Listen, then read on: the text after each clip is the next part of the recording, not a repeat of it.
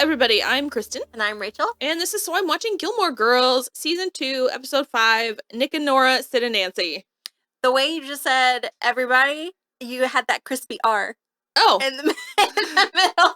I tried not to giggle. It was not on purpose. Sometimes it just happens. I can't do it. No, I can't do it if I try, but sometimes it just happens. I don't know that I've ever done it. Because I think every time I try to do it, it sounds like a poor attempt at a French accent. No, yeah, I can't do it on purpose. I don't know. I can't do it. No, it's not back here. It's in the mouth. No. You almost have to, it's almost like merging the R with an L. Okay. The way that you're saying, like, crispy. Crispy? Yeah. Oh, okay, Yeah. okay. It's hard to do it on command. Okay. Yeah. Crispy. Okay. Yeah. No, I'm just going to be sitting in my room and crispy. You're just going to hear me going, crispy. See, it's not, but it's not, you don't roll your tongue. But it's like it's just like a little over the tongue to the roof. Crispy. Ah! No, I'm literally just going to be sitting in my room doing that now. I have a very exciting life. Okay, so we finally met Jess. Yes. Little baby Milo Ventimiglia. So his chest, his torso is very long, and he had some perky man boobies. Like, but so stretched out, but so tiny, so small legs. So initial thoughts? Hot. Okay. Dick though. But my dude. Yeah. You can't be all like, ooh, I have a chip on my shoulder, and I'm too cool for school, and I smoke cigarettes, and also be an amateur magician. You can't do it. I'm sorry, it doesn't work. I know it's more of like the sleight of hand thing, and he likes to see. You're doing amateur magic. Okay, that's what you're doing. That doesn't really keep up. Good, because it's dumb. He does it like specifically one more time that I remember. Okay, but he's like trying to be charming, not like, I don't know what he was trying to do in this episode, but I don't know. When he was sitting there with the cigarette, you can always tell someone who doesn't smoke is pretending, because they sit it like right here, and it's just hanging like the majority out of his mouth. But he's like sitting there spinning the cards, and then I'm like, is a dove gonna fly out somewhere? No. Like, it's just he does like a thing with an apple where he like hides it behind a like rag, and then it's like, ooh. That's the last thing. No, he doesn't make that stupid face that I made. No, but it's like you can't have them both. Yeah. Okay, so some things about Jess. Okay. Which will not become clear for some time. Okay. And it's actually like kind of a huge problem I have with the show, because we do meet Liz later. Okay. And she is portrayed very much as just like comedic relief. And the issue with that is that you can't be like quirky and like a flighty nomad and stuff when you have literally abandoned your child. Yeah. Well, they don't always learn that lesson. I'm saying. So the thing is like, if you look at her, if you remove this and you just look at the Liz that we are presented with through an actress, I like Liz a lot. Okay. But this is hard to overcome when you're thinking about it. And so it's like, the issue here is that like Jess, and again, there's like a backdoor pilot that I'm almost considering skipping. I guess let us know if you want to talk about the backdoor pilot. He like almost got his own spinoff. Oh. Yeah. So at the end of season 3, there's a backdoor pilot episode of Gilmore Girls. Okay. That's just about Jess. So basically the deal is, he doesn't really know his dad. His mom is like absolutely not equipped. He is too smart for school. Oh, I mean, obviously. Yeah. And so he is like very at a crossroads and a loose ends, and he doesn't know what to do. And then he is sent away from New York City, which is where he and his mother live, and sent to live in this tiny town that is, from the outside, psychotic. Right.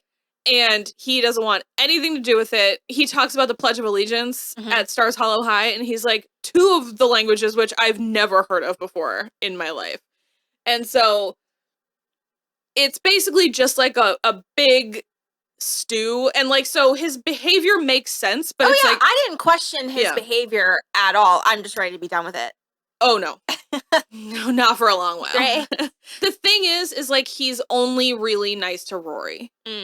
Everyone else is like persona non grata. Like, he gets into it a handful of times with Luke, and they do end up in like a decent place, but he like gets into it a couple times because he's like, my mother sent me away. Like, she was throwing me away, and so now I'm burdening you. You don't know what you're doing. I don't know what I'm doing. And so it's like, it's just a big soup. That's like a big upsetting soup. Yeah. I think it's important to tell new viewers that, because his attitude can grate. Yeah. Because it also doesn't really go away. Oh. I mean, and again, he's only a regular for this season and next season. Okay. And he comes back around a handful of times after that, but he's not like consistent. In it. Yeah. Okay. So, I mean, like, I get it. I just do. I mean, thanks for telling me that, because I'm at my limits with Paris being a dumpster fire bitch. And I'm ready for them to just be friends. And I'm ready. I'm just ready for Luke and Lorelai to get together, and it's just not going to happen. And it's fine. I just have to remind myself that. But I do just like have issues with characters who are just awful for the sake of being awful for too long. It's not, and there's no like growth. And like, I know like my whole thing with like Paris, like I know her parents suck. They've effectively abandoned her as well. Well, and she also thinks that Rory was doing the thing with Tristan so that she could then laugh at her. Right. So she could be like, well, he wants to go on a date with me, but he didn't want to go on a date with you. And it doesn't matter that Rory was like, I don't like him at all. The only thing for Paris was that everybody thinks you're going on a date with him. No, I know. Yeah. But then also knowing that her parents are awful. So awful. And then obviously she knows that Max and Lorelai are no longer together. She could have at least been like, oh yeah, so everyone's parents has problems. And like, man, that must really suck. No. I don't know. I just... Stop! Yeah. Okay. Okay. Okay, so I will tell you that so if we do one more episode today, then the next time that we record, the first episode is going to be like basically the kind of end of Paris and Rory being totally butting heads. Okay. Yeah. They still have flare-ups, obviously, but that's like where it's mostly over. I don't know. I have this way with like people in real life as well, because it's like I've given you no reason to act like this towards me. Yeah. It's outside factors that are putting me in situations, and I'm clearly still coming to you and appealing to your humanity, and you're still a dick. I don't understand that. No, like, I agree. It scrambles my brain. I completely agree. Because yes, there is an emotional component to it, but logically, this doesn't make sense. Yeah. You're being stupid for the sake of being stupid. No, people don't. And I don't like stupid people. People don't like logic. No, well, get with the program! I don't know, but like, there's a lot of feelings. I cry all the time, and it feels so good. I cried earlier today in the Target parking lot. Sometimes like, you gotta. Yeah, but it's just like for no reason. Yeah. For no reason, you're gonna be a dick. So that's the thing. So like the Paris thing at this point is for no reason. Like it's a new school year. None of this matters. Also, Chad Michael Murray is gone, right? No. Oh, he's still around. He has like 2-3 more episodes. Oh, okay.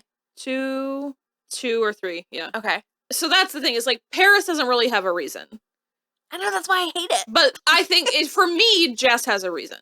Right. Jess has lots of reasons. Yes. No, he is emotional abandonment soup. So I get it. As long as like, I think for me, it's going to be a little bit easier for me to digest it because he's nice to Rory. So we have like he and Lorelai though don't really ever. I kind of want to see that though, click, yeah, because everyone likes Lorelai, and like sometimes she doesn't want too much, you know. Oh, yeah. So it's gonna be kind of nice to have someone butt up against her. Yeah, but the issue is that she gets to a point where like she doesn't want Rory to be even friends with Jess. Oh, okay, because he's a bad kid. Okay, he's just really smart. Really sad. Well, there's like so much stuff about like school and this and that and the other, and so it's like. You know, it's like the Dean stuff where it's like Rory's very special, she's going to Harvard, and you obviously can't keep up. It's Mhm. sort of like that, except it's more of a like, some people don't test well, like kind of vibe where it's like, he is definitely smart enough to keep up with Rory, but he doesn't give a shit about He doesn't school. try. Yeah. Well, because he's too smart. He's way too smart. Because that's the thing. And with, like, that's the thing is like, he's too smart for a PS in New York City. Yeah. He's definitely too smart for the one school in Stars Hollow. Yeah. Well, because that's the thing. It's like our school system, there are so many kids that get left behind because they just... Because of No Child Left Behind. Right. But also there are kids that get left behind because they are too smart. Yeah. And so they're not simulated. There's and not enough enrichment. Yeah. So, you know, the idle hands and idle brains are the devil's playthings. So they get just as lost. Did I send you that TikTok the other day that it was a stitch?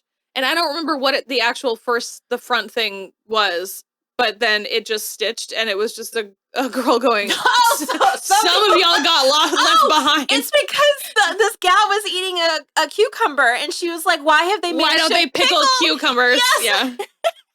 Some of y'all got left behind. Yeah. It's true. Mm-hmm. And it's why I like that guy who's teaching himself to read so much. Yeah. Because, like, some people don't learn how to read in school, which is insane. And they're just promoted to, you know, each grade because they have to, and no one gives a shit. But then there's also, you know, it's so interesting because it's both sides of the spectrum. Yeah. And we're not okay. Like, kids that actually need more help, and then kids that should be teaching the class. Yes, that actually probably could use more work. Yeah.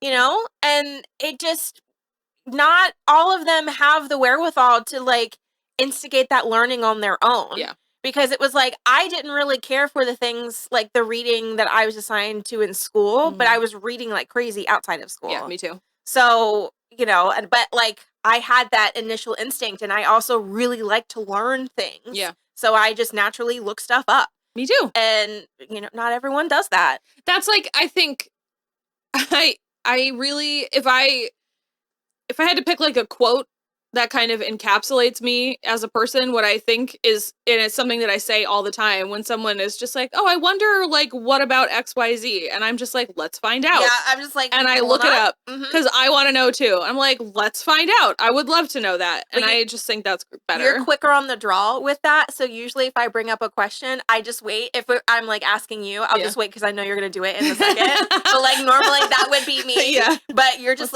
you're just already on it because you have like so many tabs open. And I literally, I have 3 tabs open and that's 1, 2, 3, 4, 5, 6, 7, 8, 9, 10, 11, 12, 13, 14, 15, 16, 17, 18, 19, 20, 21, 22, 23. Half of them are fan fiction. I mean, if we got my phone, I probably have like 10 or 15 tabs open on Safari on my phone. I think I have sub 10 open on my phone. Yeah. They are all fan fiction. I think I have AO3 open on my still. Yeah, to that one story. I really like that one. I'm very, very vanilla in my I reread fanfic in my fic situation. I can send you some if you want to get into any different fandoms. But see, and that's the thing. It's like, I don't know. I'm so weird with like the stuff that I obsess over. The fandom that I'm in that I would get you in is Harry Potter. Yeah, I'm probably. The Draco and Hermione is the only one I would try to sell you on. Yeah. No, I probably would. I'm just like, I'm still in the ACOTAR stuff, but I'm also kind of in an ACOTAR hangover right now. Yeah. So I have to kind of live in that for a little bit until I get the next like hit. Yeah. And then I'll live in that for a while because for a while it was Outlander. And I like couldn't read anything new because I was still so obsessed with Outlander and I missed those people. I just like don't want fan fiction of Outlander. I don't want why? It's like it's on the page there. Already. It's already. Yeah. And there's really nobody I want to see smashed together. No. I used to read Gilmore Girls fan fiction. Really? Yeah. Because I wanted Rory and Tristan to get together. Is there a lot? No. No, there's not. It's really hard to find. That's really funny. Yeah. There's not a lot at all. It's a real bummer. That's really funny. There's mostly fanfic with her 3 actual love interests. Okay. Yeah. And I'm sure there's a handful with anybody who's watched the show before. She has a friend in college named Marty, and I'm sure there's some fanfiction with the 2 of them, but that's not my vibe, so. Interesting. Yeah. For me, it's the, like, Tristan and Rory both end up at college together. I was like, just And I think if One Tree Hill hadn't gone, I think they would have done it. Probably. Which is what bums me out so bad, because I think One Tree Hill is a inferior show. I never watched it. I watched like 3 or 4 seasons and then I never finished. I like it, but it's like not, and especially now that I know about everything behind the scenes with like the showrunner and the 3 girls in the middle, I'm like, gross. Yeah. Like they just, because they have a podcast that they do together and they spill nothing but tea. And they just are like, he's awful and he made me do this. And he would have us parade around in the outfits for each episode so he could approve them. Super gross. You know, there are times where I'm like, man, I really wish that I could have made acting work. But then the more I hear, the like, exact wrong time. I think that was rejection for protection type of thing. That would have happened to you at the exact wrong time. Yep. And it would have been like, ugh. I wouldn't have been able to suck it up. I probably would have told somebody on themselves and then I would have gone right back home. So you could do it now. I could do it now. Too fat and too old. Guarantee. I don't know. You could do it now. I probably could. Yeah. I probably could. Ugh, now I feel gross. Yeah, it's bad. It's not great. So anyway, leaving aside my late teens fan fiction history. Wait, when did you read, real quick, just one last question. When did you read that? Like, when did you go find it? Oh, well, it wasn't still on. I don't think the show was still on. But like early 2000s. Okay. Were you doing like a rewatch and you were like, I wonder? Well, maybe, except for there must have been reruns somewhere because even Netflix wasn't really a thing yet. No, that was when we still had to order from a catalog. Yeah. And get it shipped to us. Yeah. So maybe, although there were a couple of like music and movie stores in Charleston, and there was one on King Street that I could walk to that rented out the like seasons. Oh. So, and then when people were done with them, they would either keep them for rental or you could buy them at a discounted price because they had been used. That's how I have so many of the DVDs that I have. They were like $5 because it was rented. Yeah. Amazing. So yeah, I don't know. I mean, maybe like 17, 18, 19-ish. Okay. Yeah. I have not, I actually, when we were doing season 1, I went, because AO3 was also not a thing back then. So I went looking to see, they're like 15, I feel like. Okay. With the 2 of them. And I was just like, not worth it. Not worth it at all.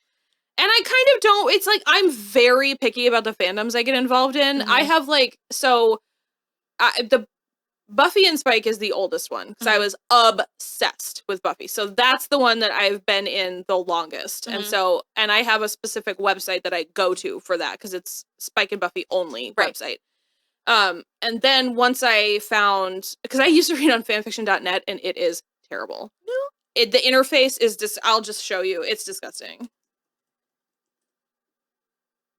Oh, is it going to take like even forever to just like pull up the page? If it loads, I'll find it. So then once I found AO3, that was because of the Draco and Hermione stuff. Okay. I'm really just putting all of my stuff on main right now. So this is what it looks like. It's hideous. Why is it hideous? Yeah. Oh no! It looks like an online banking website. Yeah. Well, it's better, like, because before the websites like this and AO3, it was like Wattpad and LiveJournal. Yeah. Were like the only places to go. But then there's been multiple like fandom purges because a lot of these websites run on ads, and because there's so much smut. They're like, well, this has to be family friendly or nobody will pay for the ads, which is why AO3 does like a donation campaign like twice a year, I think, so that they can pay to keep it running without ads. And then they pay like lawyers and stuff that like are able to kind of like work within to like keep everything free and everything allowed and like, so there's no censorship on it. And then no ads, no nothing. So it's like great. But so, because I also got into Harry Potter, but I did not get into the Draco and Hermione for like quite a while until like my late 20s. And so I was reading like Harry and Ginny stuff before, I think before the books were done, certainly before the movies were done. And so then there were like a couple of very like also specific websites. And so I think the Gilmore Girls stuff is the only stuff I ever read on fanfiction.net. Okay. Yeah. Yeah, the only fandom stuff that I went actively looking for was Twilight. Oh, see? Because before that, I Mhm. like looking for that stuff didn't even cross my mind. Yeah. So it was, but I was like so immediately addicted to Twilight, and I was like, I need everything I can about it. And so and then it was like StephanieMeyer.com, and I was like, well, I just live here now. So at the bank, I had like my teller screen up, and then I had Perez Hilton open because it was that time. Yep. And then Stephanie Meyer's website open, and I would just like kind of toggle back and forth. Yeah. So sort of similar to that, I was super into Gilmore Girls, and so I would just get on the internet and like search and like try to find like stuff that was going to happen in the next episode and like stuff. And so within that is how I found like fan fiction. Gotcha. Yeah. Okay. And so it was like it's very slow and then all at once. it's a very like I just want to see what's happening in the next episode. Like is Jess going to be in the next episode? And then you're just what if Jess did X, Y, and Z? Yeah. And then 20 years later, you have 15 smut tabs open from AO3. So. Oh, and I love it. Yeah. So that's how that progression happened. Now I'm just like never not on AO3 because that's my books now. I love that. I don't really read books anymore. That's my books. See, and I'm still books. Yeah.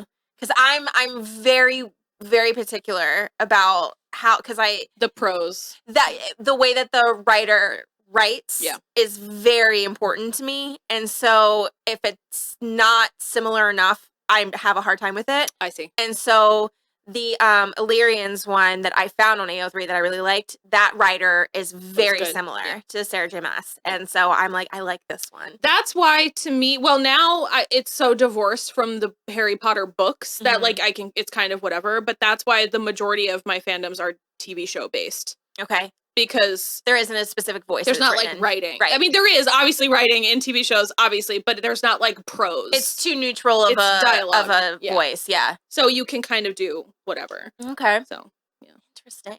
I'm gonna send you like 3. Okay. Okay. Send them over. None of them are Gilmore Girls, so let's get back. But yeah, so Jess arrives.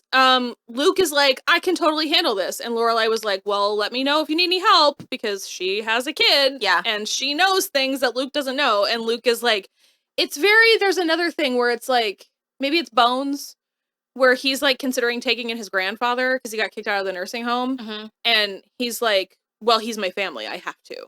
And he also says at one point, he's like, if I don't, he'll think I don't love him. And Bones is like, are you shitting me? Like, I don't think so. And so it's like, it's not that intense for Luke, but he's like, it's family. This is what you do for family. No matter what it does to you, you just do it.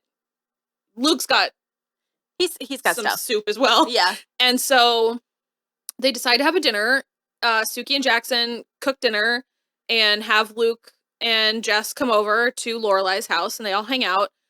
Suki and Jackson are predictably way too much. Freaking out about that lemon. And so Jess meets Rory and then he's like, let's climb out the window and leave. And she's like, there's literally nothing to do. And she literally says the 24-hour gas station just closed 20 minutes ago. Yeah. She's like, I don't know what you think is going to happen. There's nothing to do. Suki made so much food. It's really good. I think you'll have a good time.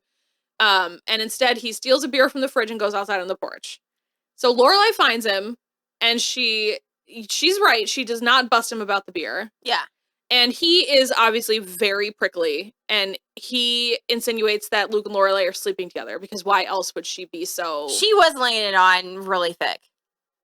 Yeah. He's so wonderful. You're so lucky. He's amazing. He is the greatest. I mean, it was like whole body into it. Yeah.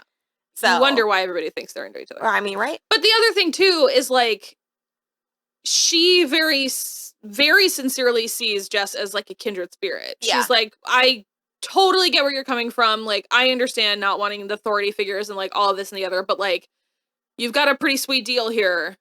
Like, you should try to take advantage of it. Mm-hmm. And he's just too like raw about everything. He's too angry. He's and way sad. too angry, and he cannot hear that. And so she confronts Luke and is like, he's a lot more messed up than you think he is. He needs a lot more help. I don't think you can do this by yourself. Mm-hmm. And he gets super mad and is like, Rory is like easy and like you don't have anything to worry about and like you got knocked up at 16. Didn't seem like you were making the right choices. Not great. No. So they're in a fight on Danish Day. Sad. And so she doesn't get a cherry Danish. She tries to like bribe a child to go inside and buy her a coffee to go with her Danish. I'm just like, take the Danish that you took from Rory or that Rory gave you and then go to the inn and get coffee. Right. Or just go home and make yourself coffee. Go home, yeah. So shows like this always make me laugh because I felt this way about Friends too. Yeah. But like, what time do you guys get up? And like that you have all of this free time in the morning before you get to go where you need to go. Because if that's the case, y'all are supposed to be up at like 4. Yeah. With the way that you guys just meander, I would die. Okay, so we're going on this trip to New York and since the minute the plane tickets were booked, I've been stressed out about waking up on time to make it to the plane. Because I'm probably not going to sleep because I'm going to get us out the door. We have to wake up at like the latest 3 o'clock in the morning. It'll be fine. I can't handle it. It'll be right. I can't hang. I mean, I can't either. I am like negative a morning person. Yeah. Like I don't, at every job I've ever had, everyone always knew don't talk to me before 9. I am not on until 9. So I'm going to be all business, 0 pleasure. Yeah. But I know that there is a very fun destination, so I'm going to suck it up. Yeah. And caffeine for a reason. Yeah. So we'll just hook me up. Yeah. And I'll be all right. I'm going to take some drugs at like 4 o'clock in the afternoon. Yeah. And then try to fall asleep when it gets dark. Yeah. And then wake up at 2:30. Yeah. It'll be fine. Yeah. No, I think drugs will be had to go to sleep. Yeah. That probably will be smart. So then I guess the only other thing is the school paper. Yeah. School started back up. Paris is trying to sabotage Rory. Mm-hmm.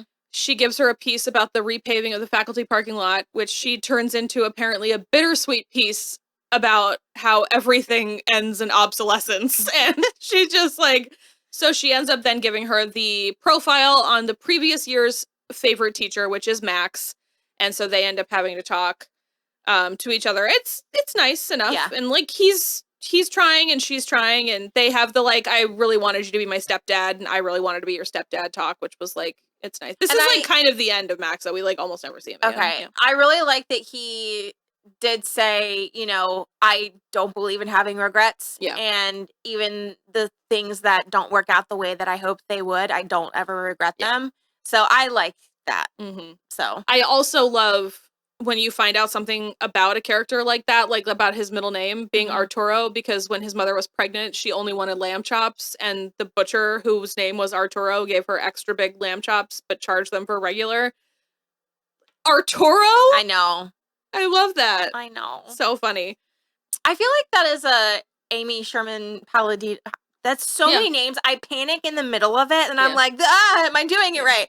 I feel like that's a her special where we learn such great kernels about character as they leave, and you go, oh, no.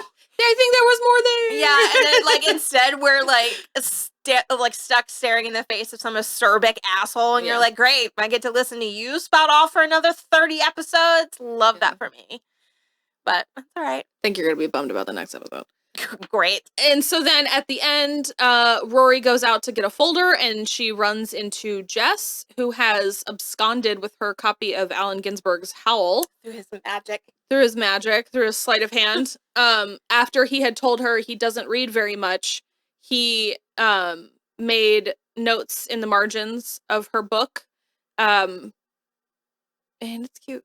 Mm-hmm. Well, and as soon as he showed up and he had a book in his back pocket, and I was like, oh, okay, so this is just like the negative image of Rory.